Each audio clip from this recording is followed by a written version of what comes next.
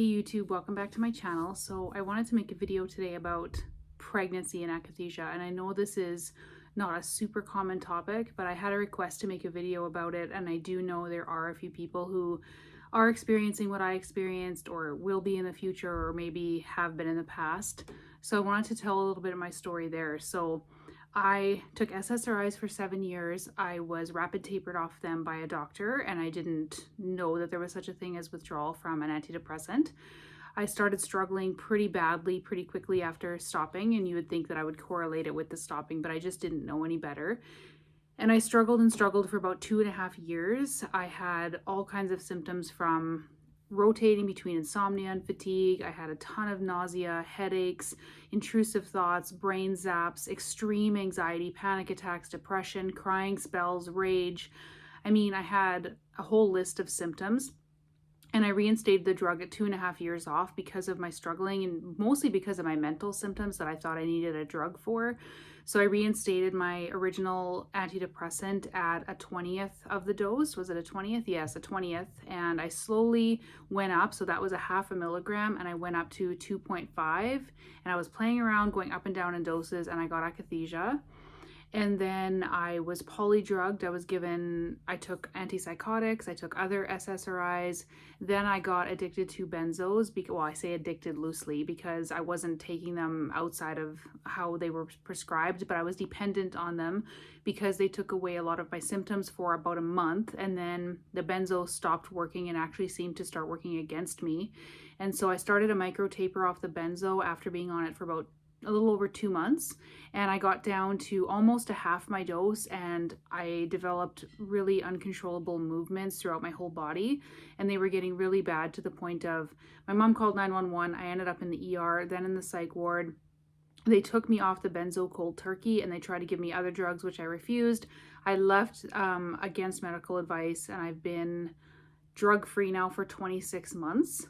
And at about 7 months off this second withdrawal, so I consider my first one at the beginning of, in April of 2018, I reinstated in October of 2020 until the end of January of 2021, or actually mid-February, and then I've been drug-free since mid-February 2021. It was actually February 21st, and then I got pregnant in September of 2021, and so that was something that was not supposed to be possible for me with my autoimmune diseases, my age, and just the state of my body. I'd had very undetectable hormones and very off-balance hormones for years, which had shown up in blood tests because I had quit birth control pills that I had been on for 17 years. So my body was really, really out of whack in every way, and I had a less than 5% chance of getting pregnant. And actually, sex was my escape. It was my one escape from my torturous symptoms. My worst symptoms have always been mental, although I've had a lot of physical symptoms. When they get bad, they're quite bad, especially the movements, the uncontrolled movements, but the mental has always been the worst for me, and that was my reason for reinstating. So sex was an escape for me, and so I got pregnant completely unexpectedly. And at that point when I got pregnant, I was not in good shape at all.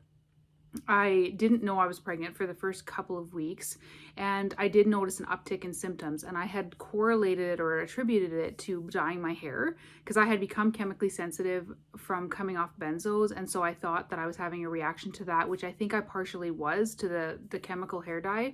But then the hormones really put things out of whack for me. So the first trimester was really, really difficult. So before I even knew I was pregnant, I had taken my mom for surgery in another city. She drove, I was a passenger, but I had to be along with her because she had to stay there a couple of nights. And then we had to stop so I could walk around. I mean, I just had this energy in my body and the movements. And so we had to stop so I could walk around a parking lot a bunch of times. And I had to call my support system for help. I mean, I was bawling my eyes out. It was really difficult. And I find out I'm pregnant. And the first trimester, I was not only dealing with all of the effects of these psychiatric drugs, but I also then had like severe morning sickness to the point, like every day till 6 p.m. for the first 17 weeks, I was sick. So it was just moment by moment suffering and struggling, and I was going to terminate the pregnancy. And then once I saw the heartbeat, they did an ultrasound really early for me, and I saw the flickering heartbeat. I decided not to, and then I looked into adoption because I was convinced that I would never be able to raise a child in my state. And if I would have stayed in the state that I was in, then I probably wouldn't have been able to. And even in the state I'm still in, I need a lot of help. So thankfully I do have the support of my family. So that has helped me tremendously, because the father of my baby decided when I was 6 months pregnant, he wanted nothing to do with me anymore. So it's been a very, very big struggle. And I know that there's people who, I see this trend with people where, especially women, it seems like before they get their menstrual cycle, they have an uptick in symptoms. Women who are in menopause, going through menopause, in perimenopause, or kind of leading up into that time of life, they seem to get worse. Women who come off birth control pills who are in this type of state get worse. Women who have hysterectomies in this state tend to get worse. So hormones definitely have a very big effect on the whole body, and it can be another thing that can tip things off balance even more than they already are when you're in this type of state from these drugs. So the first trimester was really horrible, and my fear all along was the childbirth, because if you live in the West, childbirth is seen as a medical procedure or a medical emergency, or it's very medicalized, and it's almost always treated with some type of drugs. I mean, you're given antibiotics before you have a C-section. Most women, I shouldn't say most, but a lot of women decide to have epidurals, spinal blocks. And if you need a C-section, like I ended up needing, you get that spinal block and you're administered drugs. And then afterwards, if you end up getting anemic and you need blood transfusions and you need other drugs to, I can never get the term of this right. I think it's to prevent your blood from thinning. So there's all these different drugs that you end up getting when you have a baby in the West here. It's just considered a medical treatment. It's considered a medical emergency. So that was a big fear of mine, was the impending childbirth. So I personally hired a doula and I used my savings. I did have some savings because I was not working throughout this whole ordeal. I stopped working in June of 2021. And I was put on disability for my movements, and when they were really bad, I mean, there's no way I could have held a job. And so my doctor witnessed that, my neurologist witnessed that, so I was put on disability. So I didn't have to work, thankfully enough. So I wasn't able to work, and I did have some savings, so I hired a doula and I explained to her my situation, my sensitivity to drugs, my extreme fear of the childbirth experience, to the point where part of the reason I wanted to terminate the pregnancy and potentially adopt out was not only because of my state, but because I was so worried about the childbirth process, even though I would have had to give birth anyway. Well, not in the case of terminating, but to give up for adoption. I just didn't think I would be able to take care of the baby if I did choose to actually go through with the childbirth, which I did because I chose not to terminate.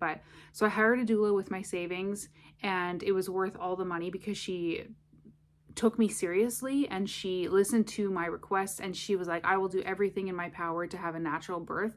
I mean, she explained to me, she said, it's only been in the past however many years, few decades, that childbirth has become, a medical incident rather than something natural that a woman goes through. And so she was very understanding. I explained in detail my situation and what I had been going through for the last, at the point that I had the baby, I think I was like 15 months off or something like that.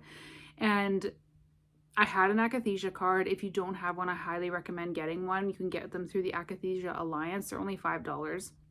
And they have your name on them. They give a really good description of what your body is going through and why you can't take medications and what type of medications you should not be taking, and it gives a list of them. So I highly recommend getting one if you don't have one. I had one, so when I ended up needing an emergency C-section, I was able to show that to the whole surgical team, the ER doctors, my OBGYNs, my anesthesiologist, like everybody saw that card. And so I was not ashamed. I know a lot of people are kind of nervous to give their doctors this because they think they won't be taken seriously. I've gotten to the point in this journey where I don't care what people think. I'm like, no, absolutely not. Like, I am the patient. You work for me, actually. My taxes pay your salary, at least where I live here. So my doula was on board with the unmedicated birth, and my first trimester was horrible. My second trimester, I did start getting windows and waves again. And a lot of women who even have normal nervous systems and are not going through this drug ordeal find that the second trimester is the easiest. It's just things kind of settle hormonally, and some women feel amazing during their second trimester, and some women are just relieved to be done with the morning sickness, and the hormones kind of level off a little bit in the second trimester. So that was the case for me, where I did start to see some relief in the movements and the intense energy going through my body and the mind looping and all the stuff that I go through. So it was an okay second trimester, except I got a ton of infections. So I am a type 1 diabetic. I have been for 25 years this year. So that definitely adds to the mix. So I had several urinary tract infections. They thought I had appendicitis at one point. There was bacteria showing up in my urine, and so I did have to take antibiotics throughout, and I got yeast infections from that normally are easy to treat when you're not pregnant and not diabetic, or maybe just not pregnant, I guess. And so I did all the conventional treatments and nothing was working, and I just was like, I feel like I'm just damaging my body more for nothing, because it wasn't even taking away the symptoms of the infection. So the second trimester was really difficult in that sense. And then the third trimester, again, the impending childbirth, I developed preeclampsia, which was another fear, because then it's high blood pressure, and the way they treat it is beta blockers, blood pressure medications. I was given one particular one, which is similar. It's the same drug class as what you like as propranolol, which is what a lot of people are prescribed for akathisia. Similar to that. I tolerated it well because I had taken propranolol before, but it didn't even help my blood pressure. I ended up 5.5 weeks early. I was in the ER with extreme pain, and my swelling was the most severe they said they had ever seen. And so I was rushed by ambulance 3 hours away to have my baby early, and all my fears were coming true. I ended up with an emergency C-section. My doula's in another city, so normally she would be here for the last 3 weeks of my pregnancy to be here for my child, for my birth. But I was so early that she hadn't even come down here to stay, which she normally would for the last 3 weeks of someone's pregnancy. So she had to meet me there. So she drove from her city, and I was rushed by ambulance from my city. And we both met in the third city. And she obviously wasn't in the operating room because it was just my mom came with me. It was my mom and I. And I did have to have a spinal block because I was having a C-section. So I was terrified of that, but I felt in good hands because the doctors were really receptive to the akathisia card, and they actually listened to me, which I was very, very fortunate. So, and then I had an 8-day stay in the hospital where I was given more drugs and more drugs. The only one, interestingly enough, that I had a bad reaction to was Benadryl. So I was given Benadryl for a blood transfusion because I had a reaction to the blood that I was given. And so they had to stop the transfusion. Then I got a different set of blood, and as a preventative or precaution, so I wouldn't have the reaction again, they gave me Benadryl, which I then reacted to that. So the whole thing was a nightmare. And the third trimester was full of swelling. I mean, mine got so bad that the nerves in my arms and in my hands were basically crushed from all of the fluid I was retaining. And so the last month of my pregnancy, I lost the ability to care for myself. I couldn't shower. I couldn't wipe myself. I had to have home care. I had to have my mom doing so much for me. And then in the hospital, and even after I had the baby, even though I lost a lot of the fluid, I still was so swollen to the point where, my doula was spoon feeding me. So my hands essentially and my arms went numb, and my right hand, which is my dominant hand, was far worse than the left hand. So everything was numb and like limp. I didn't have nerve function, muscle function. My muscles were wasting away, like in the thumb here. It's still numb here. And it was like extreme numbness. And then on the left side, half of my hand was numb. So I basically could use like these 2 fingers on my left hand. It was absolutely so difficult. And the first 2 months of my daughter's life, I couldn't take care of her. The odd time when I would take her, when my mom needed a break, I would be changing her with my mouth and like these 2 fingers like an animal. That's all I could do. And it's interesting. I have this theory. So I developed preeclampsia, which turned into HELP syndrome, which is the most significant and severe form of preeclampsia. HELP stands for, oh shoot, I forget something. Oh, high enzymes and low liver platelets or something. It's something like that, but essentially it's like liver failure. So my skin was yellow, and it's a medical emergency. If you develop HELP syndrome, you and the baby both will die if the baby doesn't come out, or you have a very high chance of dying. So that's why I needed the emergency C-section. And I kind of wonder sometimes how much of what we're going through is withdrawal and how much of it is toxicity, because it doesn't really make sense to me, the whole withdrawal thing. I'll get into that in another video, but I just wonder, because I developed this liver failure, And I've already been in a protracted syndrome for so long now, and I wonder if my liver is just not functioning properly and if that has something to do with why I'm protracted for so long. I'll get into that in another video, but I don't want to scare people, so I'll be careful how I title it and how I talk about it. But pregnancy and akathisia is no joke. It's honestly, I think, one of the most difficult things. I mean, akathisia is probably the most difficult thing you could ever go through. And then if you pile on pregnancy on top of it, it just adds to the mix. But the flip side of that is that you have something to live for.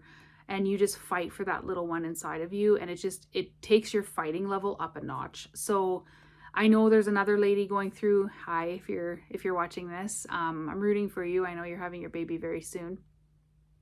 It's amazing what women go through and what women can tolerate. It's amazing what everybody can tolerate. I mean, the human strength is quite amazing, but I think this is like a whole other level. So it really, and then afterwards, the postpartum, you know, then your hormones drop, and then that can cause another flare up in symptoms. And it's really, really difficult. And nobody should ever have to go through this, obviously. I mean, this is a totally unnatural state. Pregnancy and childbirth are a natural state. Akathisia and all of this, you know, BIND or benzo induced neurological disorder, it's unnatural. I mean, people can develop neurological problems without these drugs, but these drugs and all the people who are harmed by them all have neurological problems. It's very aggravating.